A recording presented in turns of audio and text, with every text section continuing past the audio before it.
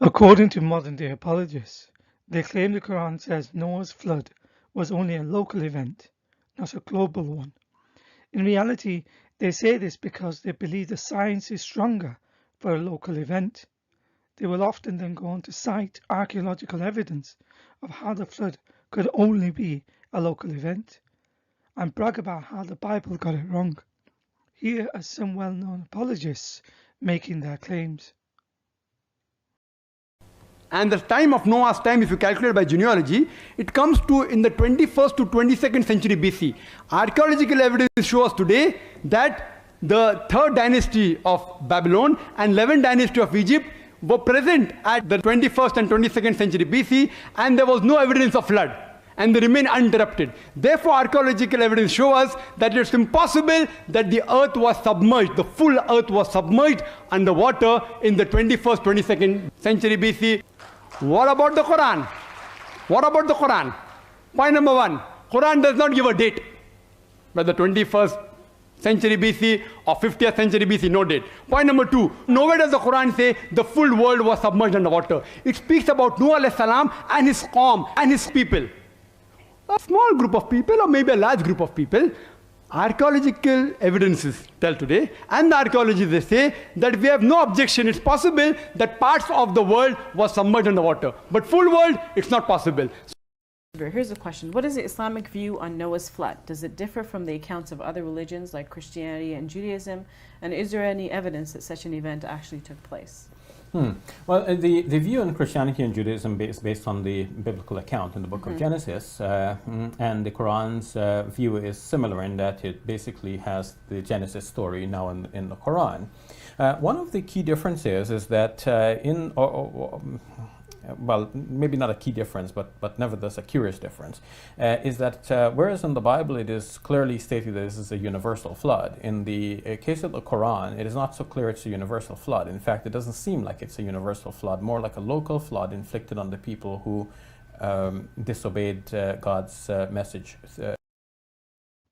In reference to Noah's flood, although it is true the Quranic narrative does not explicitly state that the flood was a global event that drowned all life on earth. In the same vein, nor does it explicitly say it was only a local event that only drowned specific people living in a certain geographical area. If anything, when taking all the verses together cumulatively, it gives more indication that it was a global flood, which is why many classical Quranic exegetes believed that it was a global flood. They came to this conclusion based on 2 lines of evidence. Firstly, the flood narrative, as mentioned in the Quran, has no explicit counterposition to say it was only a local flooding. The dearth of authenticated hadith on this matter and the Quranic verses are open to a reading that the flood was a global event. Secondly, Muhammad and early Muslim scholars had no issue with taking accounts from Jews and Christians. The sources came to be known as Israeliyat. As the story found in the Quran is taken from the Bible with some deviations, the flood narrative, as mentioned in the biblical and exegetical traditions of the Jews and Christians, is explicitly described as a global event. Although this view is being revised within some sections, it still does not detract from the point that the ancient rabbis believed in a worldwide flood and they knew the Hebrew text well. Why incorporating Israeliyat became important for Muslims was because it gave many historical details that were absent from the Quran and the Hadith of Muhammad. So for the medieval Quranic exegetes, they filled in the details of the Quranic narrative with these latter biblical and exegetical traditions. It was natural for them to do this because the Quranic narratives were revealed against the backdrop of the biblical stories that were already circulating among the Jews and Christians at the time of Muhammad, who taught his companions that there was no harm in relating these biblical stories, as this hadith in Sahih al-Bukhari shows. In fact, the Quran does indeed give the impression that it was a global flood. In chapter 54, verses 11 to 12, the flood caused the earth to burst with springs.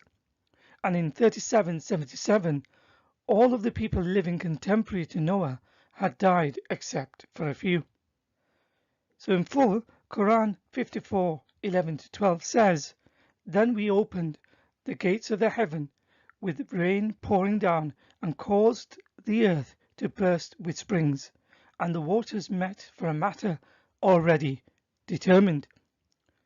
And Quran 37:77 says, "And we made his," meaning Noah's, "descendants remain."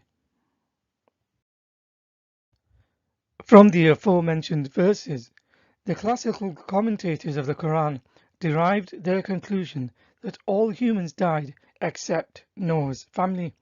This means it was a global flood. For example, Tafsir Jalalain says about Quran 37:77, "All humans died except for Noah and some members of his family." This can only happen if it were a global catastrophe. All humans are now descendants from Noah. On Quran 37:77, Ibn Abbas said, "It means none remained except the descendants of Noah."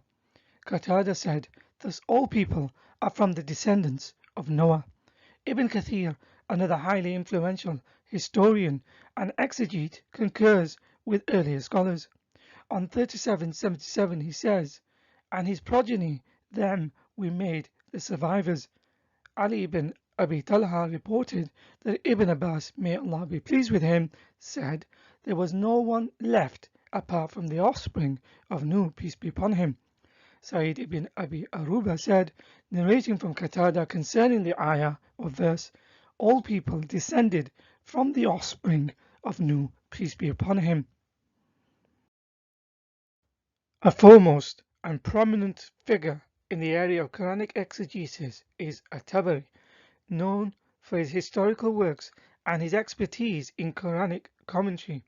He says in his The History of At-Tabari, Volume 1, General Introduction, and From the Creation to the Flood, page 362 to 363, about the flood, that the water, and quote, "It rose 15 cubits above the highest mountain on earth. The ark carried them around the entire earth in 6 months. It did not come to rest anywhere until it came to the sacred territory of Mecca and Medina. However, it did not enter the sacred territory but circled around for a week." End quote. It then goes on to say, after the ark had circled around the sacred territory, it travelled with those aboard over the earth and eventually reached Al-Judi, which is a mountain.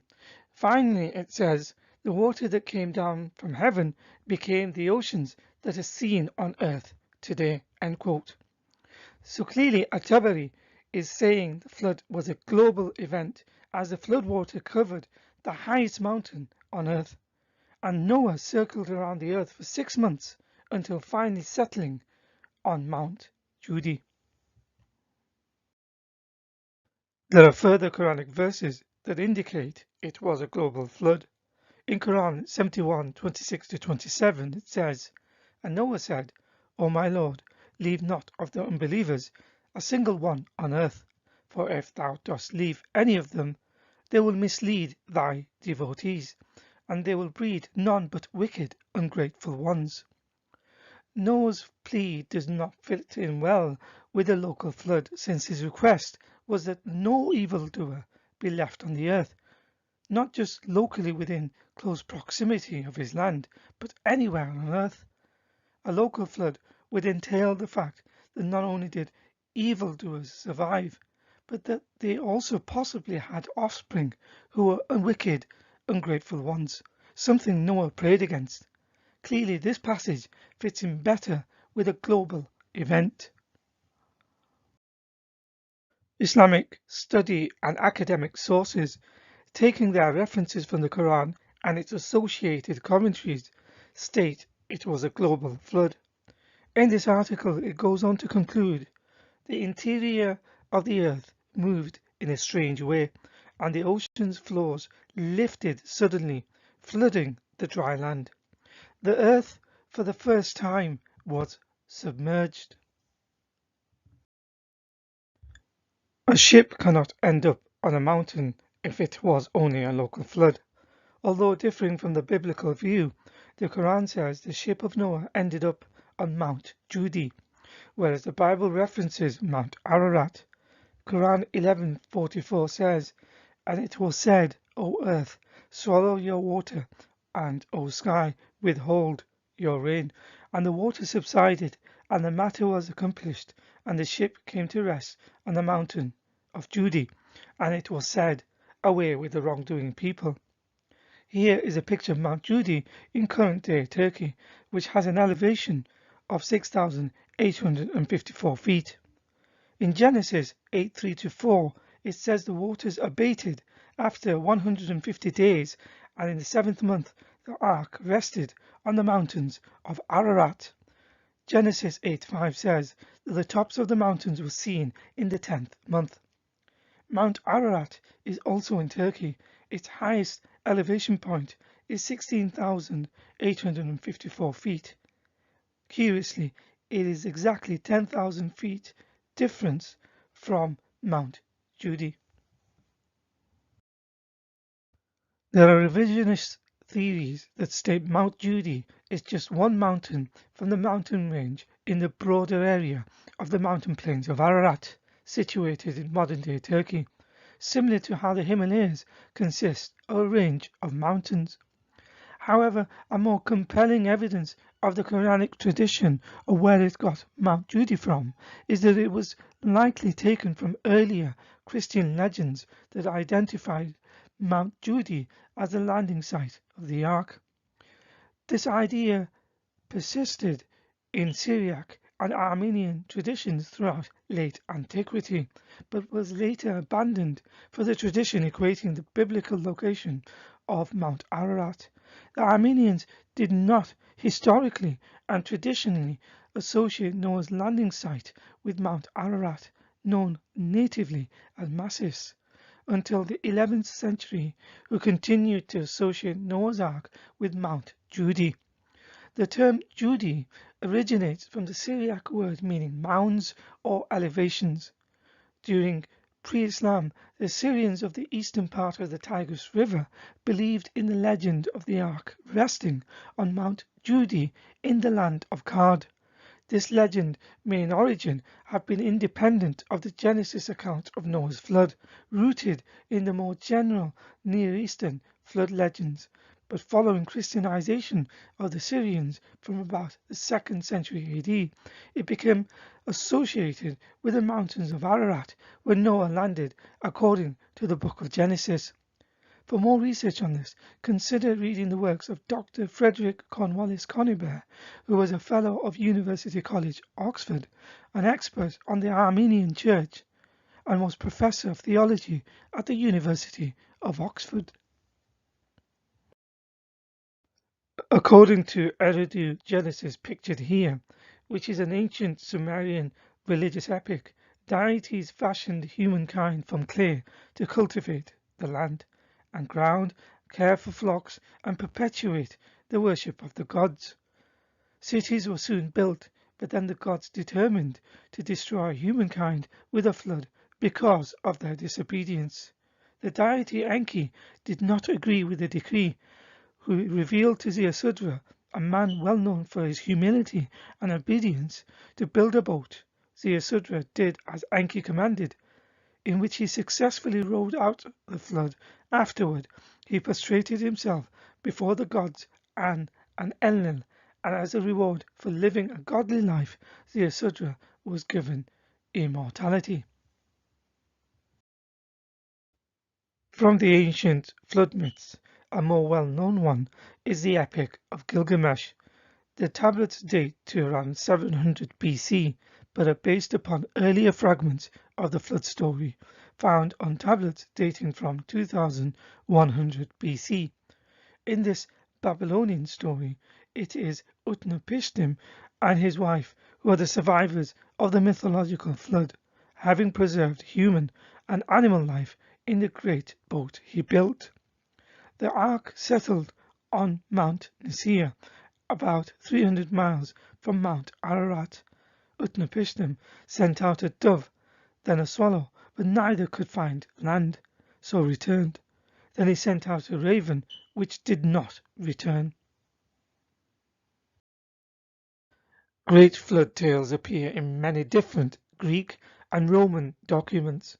A fuller account of a flood story is from a Greek legend recounted in Ovid's Metamorphoses, in which Deucalion, who is the equivalent of Noah and the son of Prometheus. In the story, Zeus, the king of the gods, resolved to destroy all humanity by a flood because of their disobedience. Deucalion constructed an ark in which he and his wife rode out the flood and landed on Mount Parnassus.